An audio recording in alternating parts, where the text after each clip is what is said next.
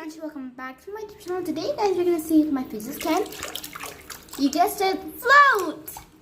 So first we have our, let's do puppet.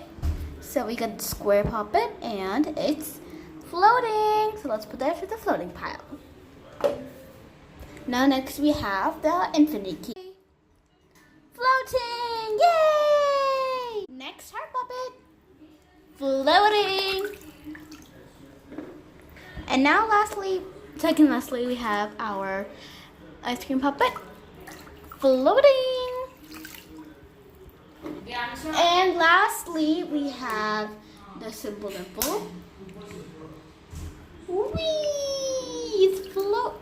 No, it did not float. Aww. So you're gonna put that to the not floating pile. So that's all for today.